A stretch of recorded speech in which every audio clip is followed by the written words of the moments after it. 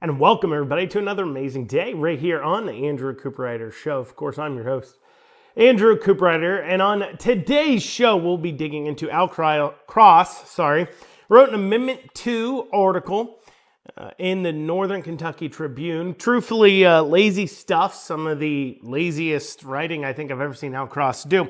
We'll go through that article and point out just how odd it is. He makes these claims about falsehoods without providing any evidence, something that'd be interesting to hear what evidence he's exactly pointing to, but he doesn't provide it. And on that subject of Amendment 2, we'll go ahead and talk about, a few things I've seen from actually more conservative-leaning people on their questions regarding the amendment. I've been sent a few things for the past few days, few questions from people who listen to the show, so I want to go ahead and go through that. Also, we have a situation coming out of Boone County. The opponent against TJ Roberts out here, TJ Roberts running for the House district up there in Boone County area, beat Ed Massey in that primary. Well, his opponent sharing out a video of Catholics praying and being called hateful, mean, angry people full of hate for praying. So we'll go into that. And then finally, if we have time, of course, we'll make sure we dig into Republican Party of Kentucky. Who are they helping during this election cycle and why? And more importantly, who are they ignoring and how that points to for a party who's come in claiming they just want to, big tent, want everybody to join. And from a new chairman who says he's here to bring the Republican Party of Kentucky together as there has been strife and schisms between the quote-unquote more establishment and more liberty factions. Well, the question remains of, are you trying to drive that unity by making sure to show that you're for former Democrats more than you're for Republicans who've been Republicans their whole lives running for office? We'll go into exactly what they're doing. But before I dig into all that, I will be going into first a little bit on the national politics side of thing with the Kamala Harris campaign having trouble with men, specifically white men, but having trouble with men across the board. Those of you who listen to the show know that I've mentioned that, of course, Obama came out and went after the black men for not voting for Kamala Harris. And he concocted up some reason about her being a woman or something along those lines. And recently we've seen a few pundits on the left talking about Kamala Harris's big problem when it comes to men, specifically white men, and how that may be what cost her the election is that while she's picked up more women, especially single white women, she is losing men, and it may actually offset or actually be she doesn't pick up enough women while losing so many men. And so pundits have dug into that on the left and have wanted to try to explain it. And some of them have came slightly close, but anytime they ever come close to saying anything remotely meaningful or pointing out what is accurate, well, of course, here comes the lefties to come in that these people, these white men, these dirty white men, they're just upset because they're no longer in power. And that's an interesting claim because what's odd is that you're turning to, so let me explain what's happened with the Democrat Party and why they're struggling with men so much over just the past few decades. So the Democrat Party decided somewhere, right along, I would say after Clinton, to go ahead and we're going to divide people up into victim groups. We're going to quote unquote play the race card, but now we're going to do it for all these races. We're going to cut this up and we're going to try to still do good enough, well enough with rural whites, but try to bring in more and more minorities. And a lot of this is because when Clinton was in office, Bill Clinton, of course, was in office, he started to lose some of the white rural Southern class we saw all across the South right around Bush time. We started seeing that fall away, in large part due to, of course, the energy policies. I know in Kentucky, for an example, Kentucky in large part started voting blue for the president due to the talk on energy and how important coal is in Kentucky. And so they saw this and they said, well, rather than trying to readjust ourselves to make sure we stay with the rural white, what we'll go ahead and do is we'll go after more of the minorities. We're going to drive up more of that vote. And we're going to capture a higher percentage. And we're going to do this by, we're going to go ahead and make sure they all feel like they're victims. And they're victims of a system or people that is coming after them. And if you vote for Democrats, well, they'll come in and they will deal with who's victimizing you. So they cut them up by race. And as they were doing that, cutting them up by race, they had to have a victimizer. Somebody has to be the one perpetrating these attacks on you. It's not enough to just say the system is, because then what's your encouragement to go ahead and elect Democrats to be in the system that's victimizing you? So the story they came up with is that you're being victimized by white people. White people are victimizing all these minorities. Therefore, you should vote for white Democrats especially, but Democrats to go ahead and use the powers of government to protect you from these mean, evil white people. And they started to sell that. Well, then Donald Trump came along and started grabbing a little bit more of that share.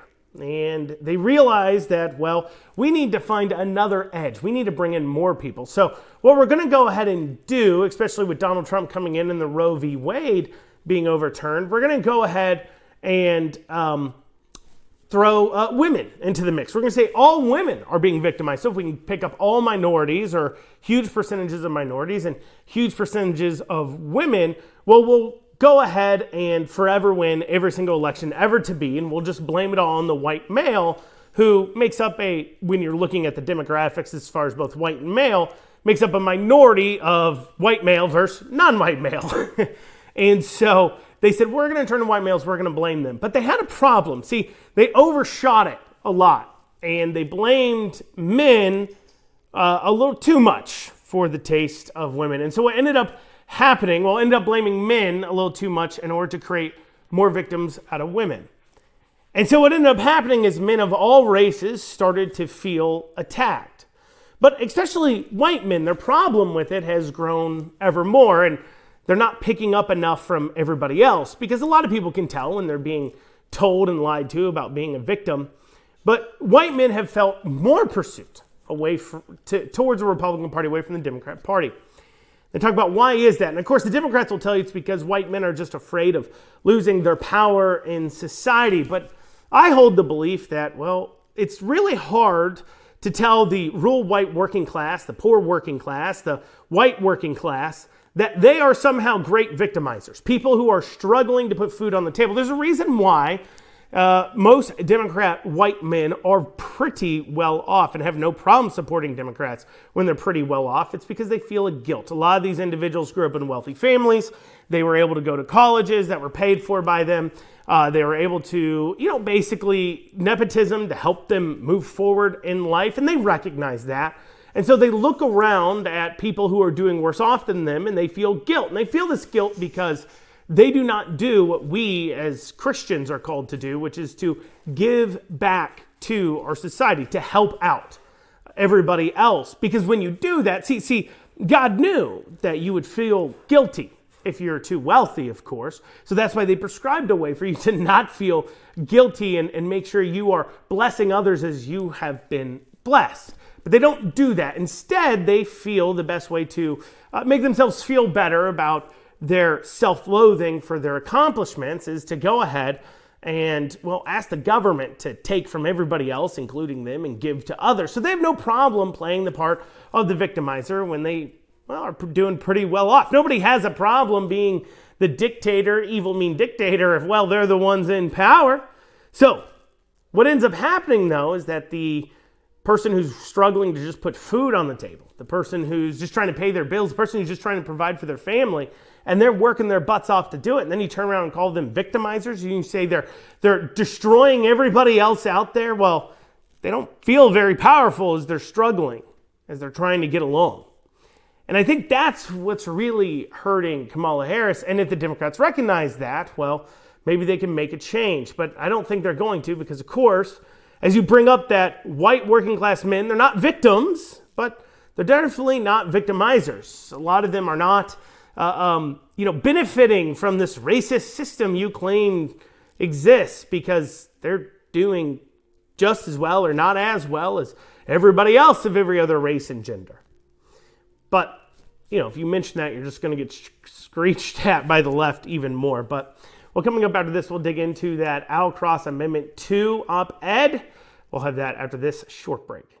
And you're back here on the Andrew Cooperrider Show. So Al Cross, opinion writer, wrote this article for the Northern Kentucky Tribune, which is, I think, worth going through because it points to a few things, but the Amendment 2 anti-school choice arguments are pretty lazy overall. I mean, they're really not putting forward a lot of good data on this. They're really not putting forward a lot of good thoughts on this at all. They try to grasp onto small little things. As I said, one of their common arguments is that only 38% of those kids that are now going to private schools and school choice states weren't going to private schools before their school choice programs went into place. So of course, that's a negative because, almost double the amount of kids are going to private schools and benefiting from a program and benefiting from schools they couldn't have afforded on their own. That's negative.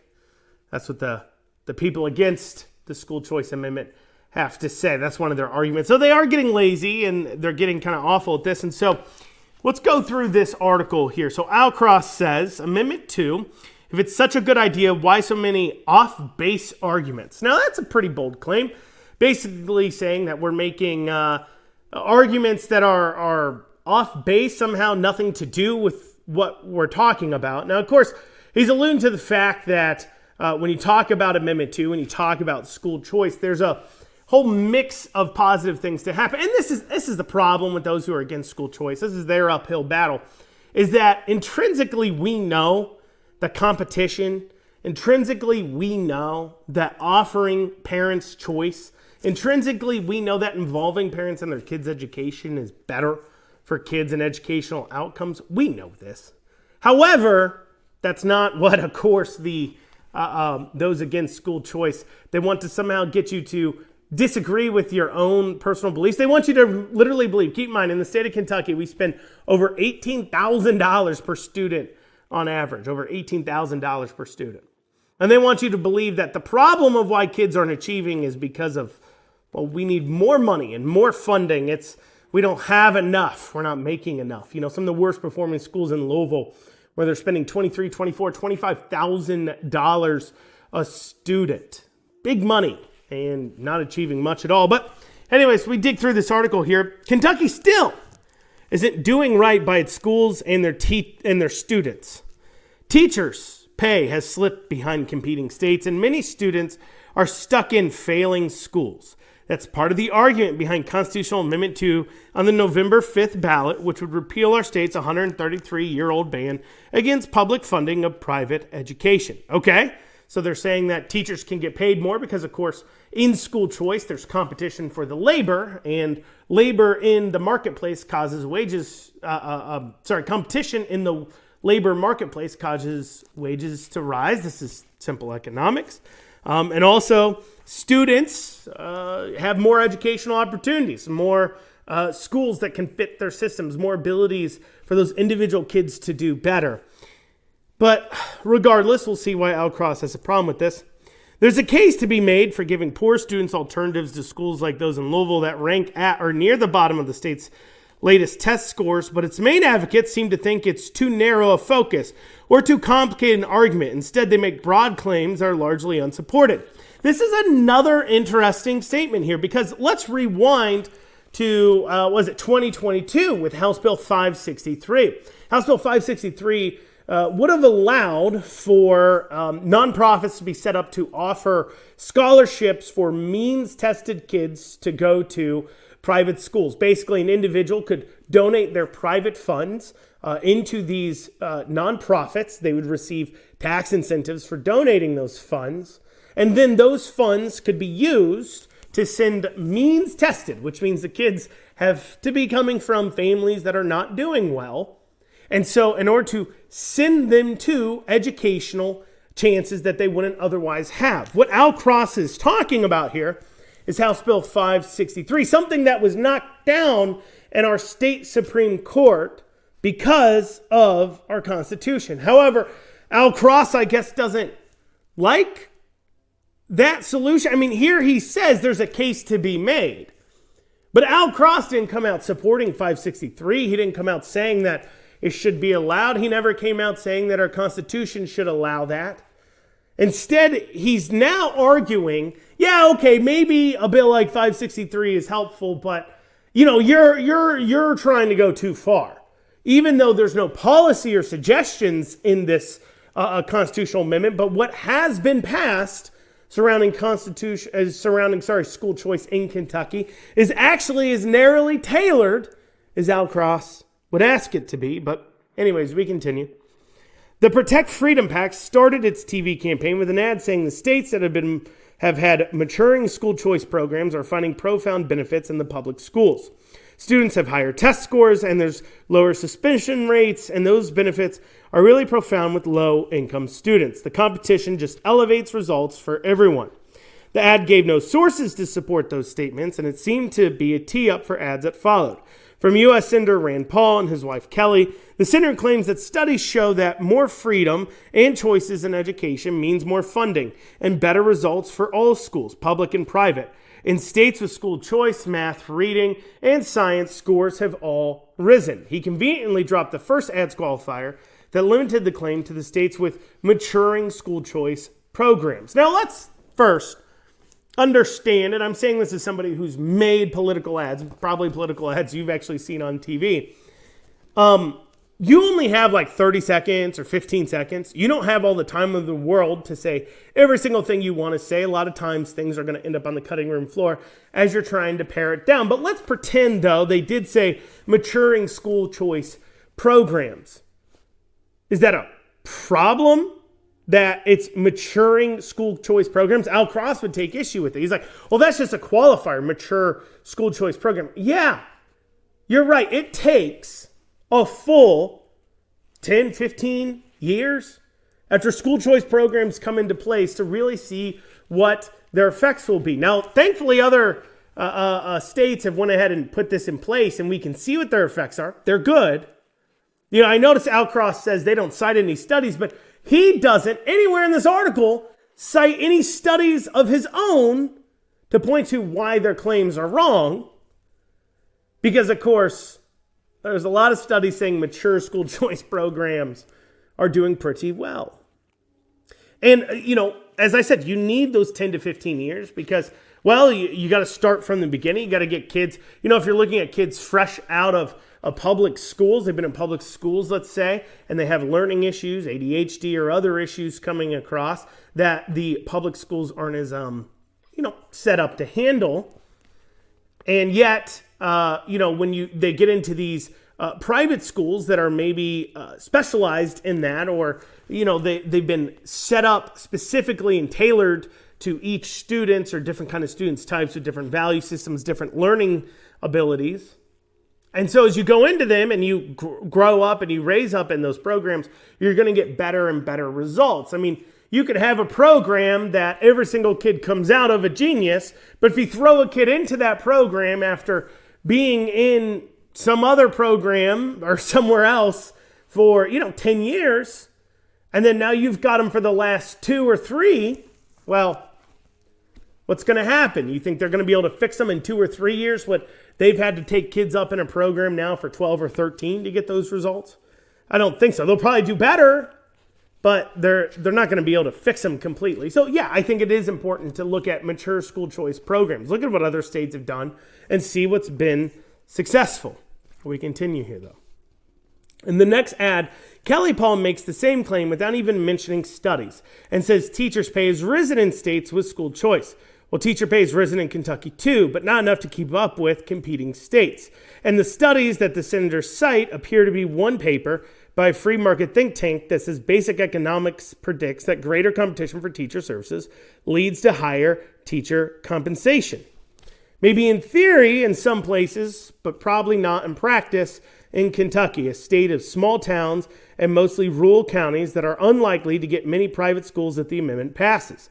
The increased competition would come from the state cities, and the rural-urban disparity in teacher pay would grow unless the legislature changed its ways, which seems unlikely as long as it's a 4-1 Republicans and keeps cutting taxes. So now Al Cross is making the argument that while Kentucky is so unique, which is odd, because let's keep in mind the fact that Kentucky is unique when it comes to school choice, as it's one of only 2 states in the entire country that has no form of any kind of school choice program at all.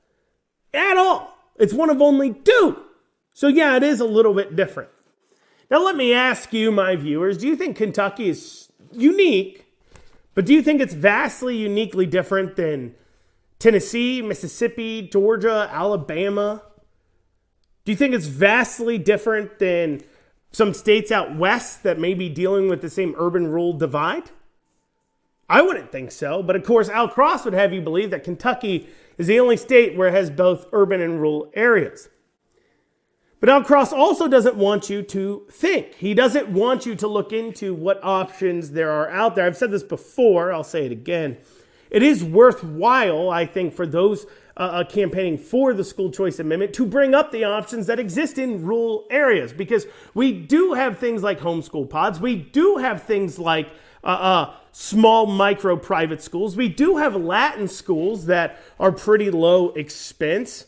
We do have all kinds of programs like that in rural areas take advantage of. And I'm not saying that just out of making things up or some pretend world. Right now, I know of programs in rural areas, Kentucky, that are built in old schoolhouses or taking place in buildings that they're renting, and parents pay a few thousands of dollars, not a bunch, but they're paying a few thousand, no joke, but they're paying a few thousand, and volunteering their time, of course, to help too as well, but putting together homeschool pod school systems that allows for parents to work jobs while at the same time bring their kids up into a program more tailor-made for their children.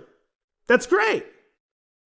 But that's obviously not something Al wants you to look at. Now, we're going to go into more of this article, and I want to go into some arguments against school choice I've actually heard from conservatives recently, just to touch on again. We'll have that after this short break.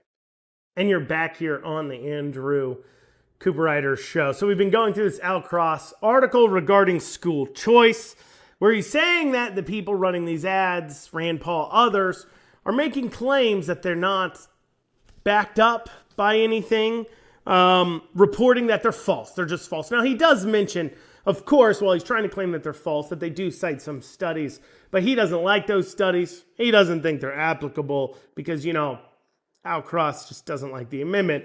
So he goes on to say that several direct mail ads make some of the same misleading claims. Americans for Prosperity, AFP, touts expanded resources for students with special needs, but private schools can refuse to admit such students. Well, first off, Al, if you're being honest, you want honesty, that's what you're talking about. We need an honest pitch. Well, let's be honest here, Al. If they came along and offered something like, educational savings accounts, pre-tax savings accounts for you to be able to get tutoring and extra help for your kids, wouldn't that help special needs kids? Wouldn't that offer them more resources, Al? Something that would be allowed that's not allowed now? There's private schools. I've gone over this in my show before. There's private schools specifically for special needs children. They're pricey. They're around $17,000 to $18,000 a year. Still less, though, than what our school system is spending on average per student for kids without special needs. Interesting, isn't it? So would school choice now allow some parents who can't afford to send their kids to a special needs specific school to now be able to do that? Of course it would.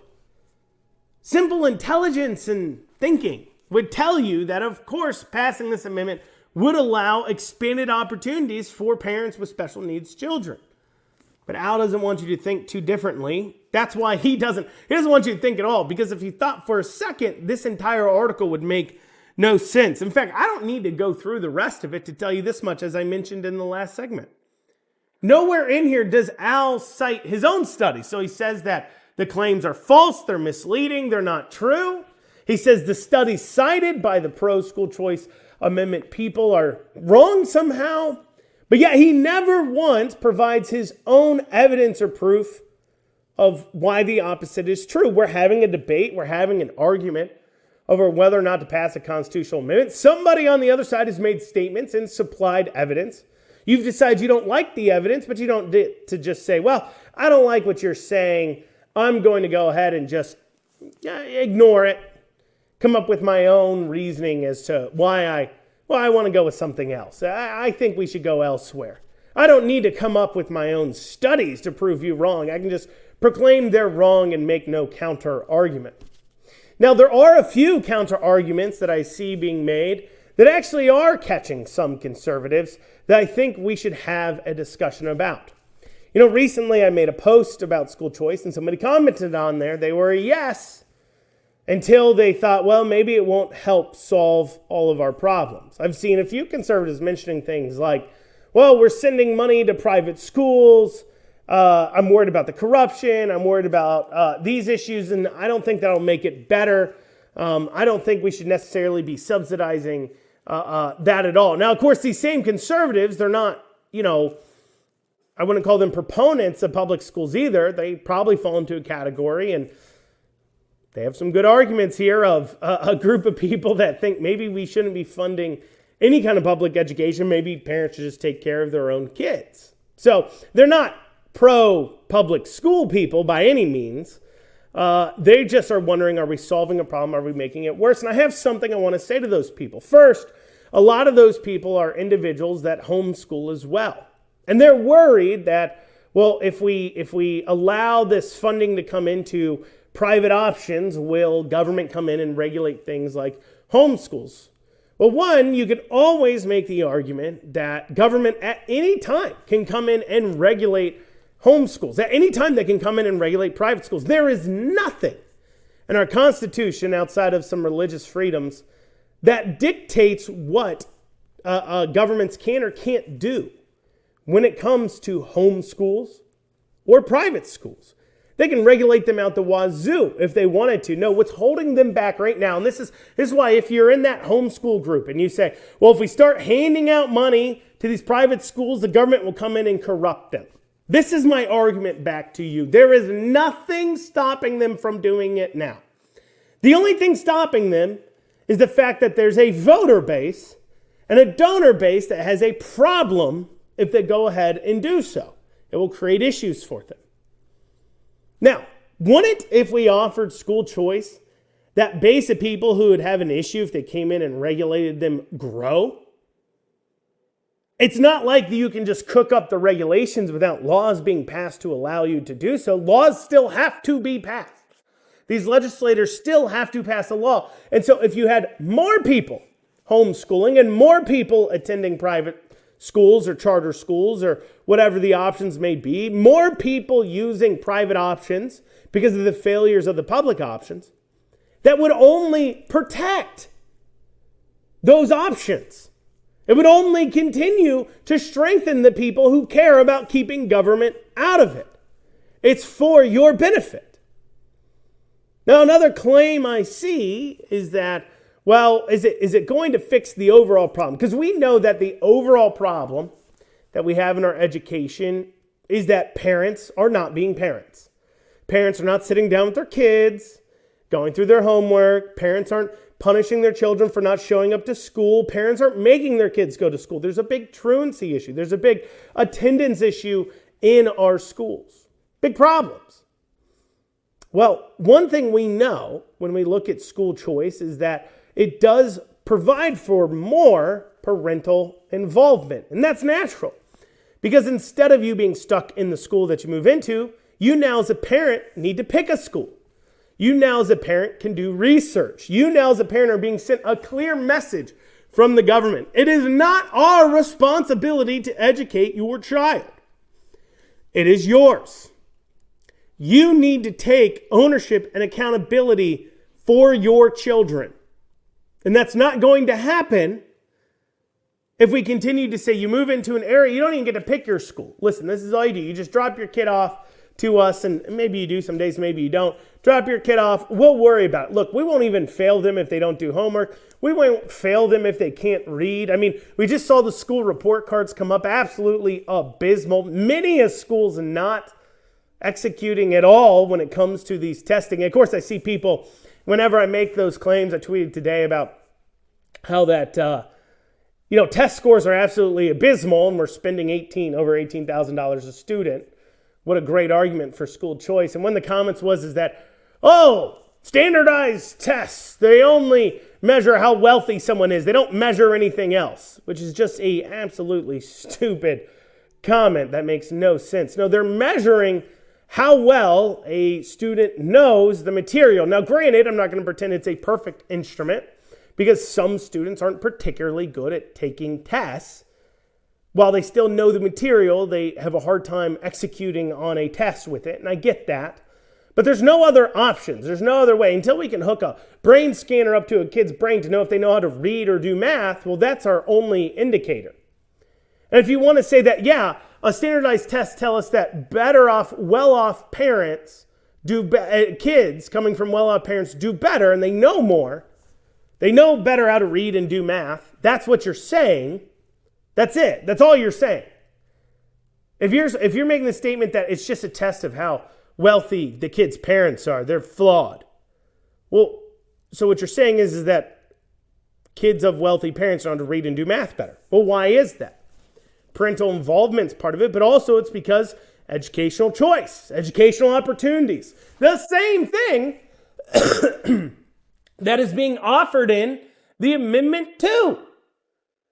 So you should be an advocate for it, not against it. It's absolutely crazy that we have to re-educate. You know, you look at a system where less than half the kids know how to read or do math.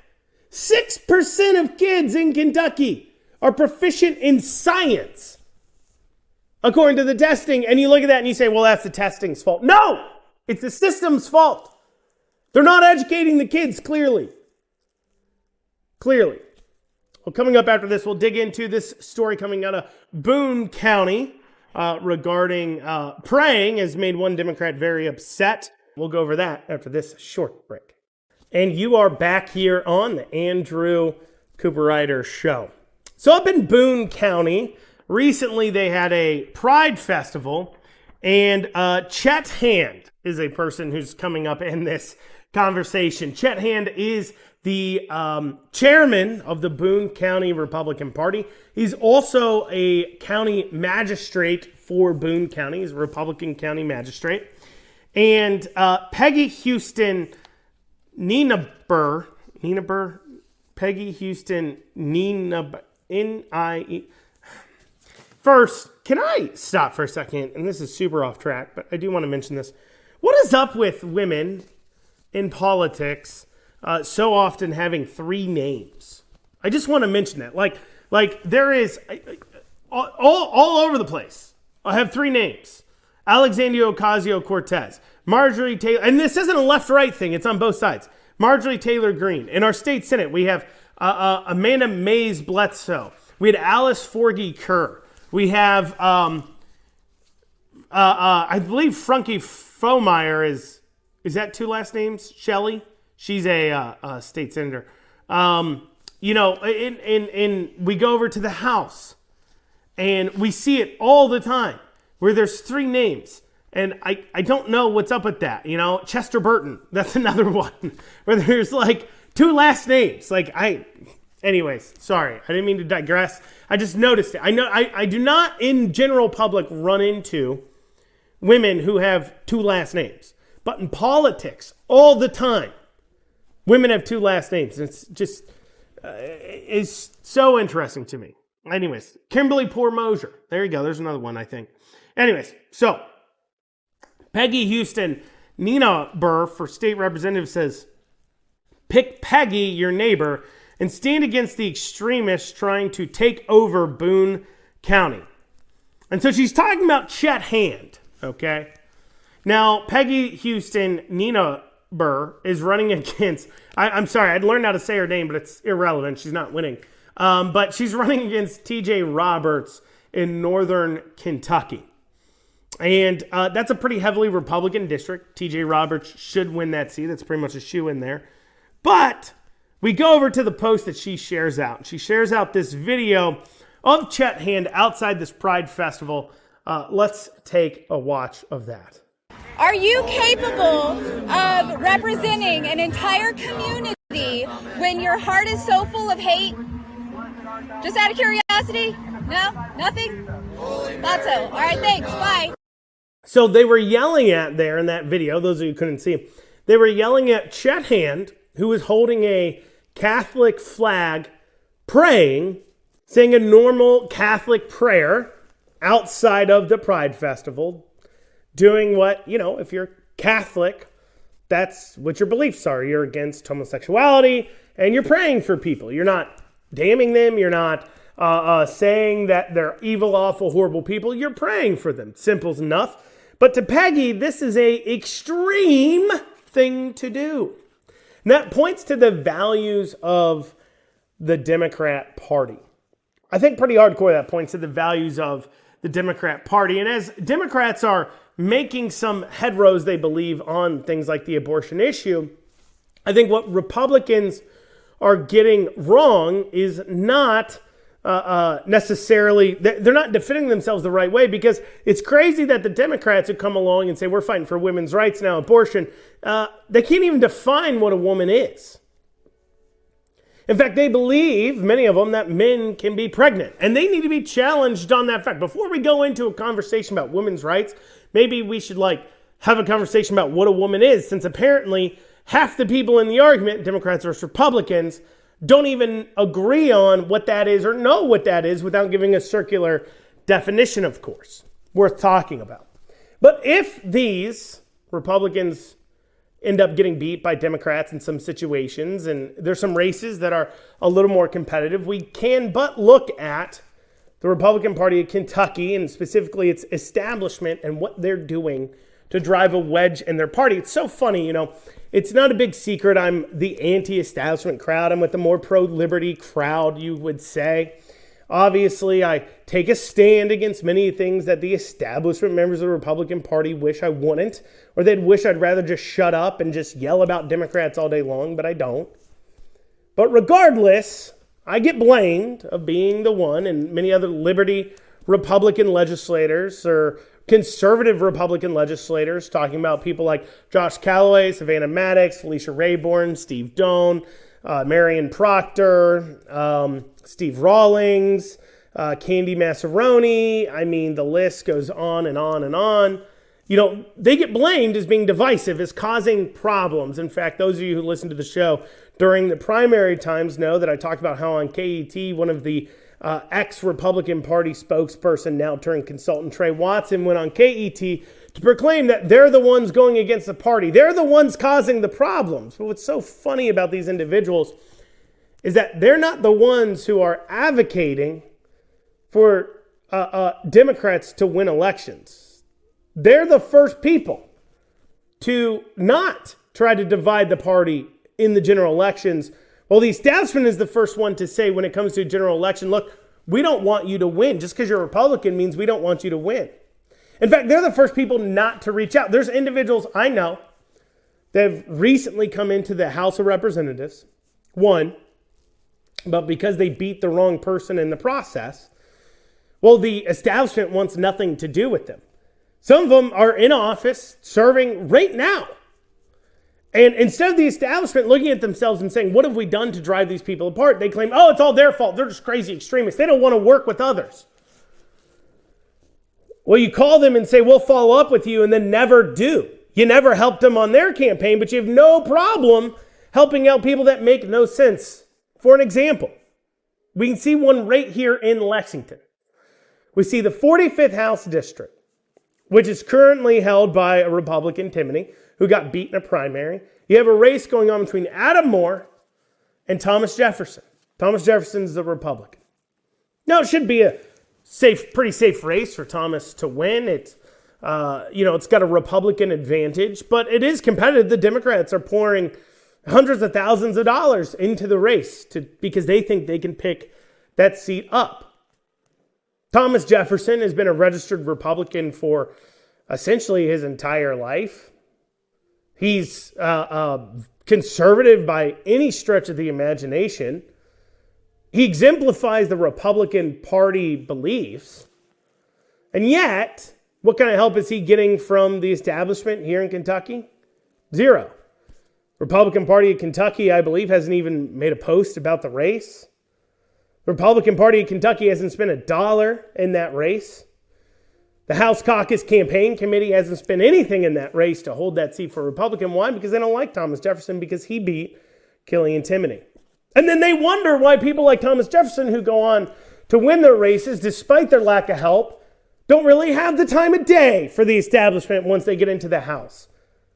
They think, well, I don't know why. They're just crazy people. Well, you never bothered to sit down and talk to them, did you? You never bothered to help them. But what they do have time for is to worry about the Sherilyn Stevenson race, which is also here in Central Kentucky, House District 88, between Sherilyn Stevenson and Vanessa Grossell, who, by the way, I think, unless they changed it recently, is such a recent convert to the Republican Party that Vanessa Grossell is still listed on the Democrat website as a delegate for the Democrat Party. She wasn't just a Democrat, she was active in the Democrat Party up until very, very recently. Up until 2023 is when she told me she changed her registration. Just last year. And yet the Republican Party of Kentucky has no problems making posts about that race. Republican Party of Kentucky has no problems publicly supporting Vanessa Grossell, who's, by any stretch of imagination, I think we should definitely challenge the idea that she supports or is truly a Republican. But hey, no problem there. Why? Because Vanessa Grossell's already given up a lot of her beliefs and her standards and everything else in order to become a Republican. She's willing to do anything to win office. That's why she became a Republican. So that's good for them. That works. They want a climber. They want people who want to be politically a mover and a shaker politically. Not people who want to get things done, but because that's what they want to see. And so I would challenge the new chair of the Kentucky Republican Party, who came in saying they want unity, who claims that we want to see the party bringing everybody together, especially during the general. I would challenge you, why is it that you don't support certain Republicans, even in competitive races? Well, you have no problem supporting others. And if we sat down and looked at their conservative bona fides, one is way more Republican than the other. And that's just in one area. In the same legislature. Leaves some questions, doesn't it? Well, y'all, that's what we got time for today on the Andrew Cooperrider Show. I thank y'all so much for joining me. Back here later this week. You guys have a great rest of your day.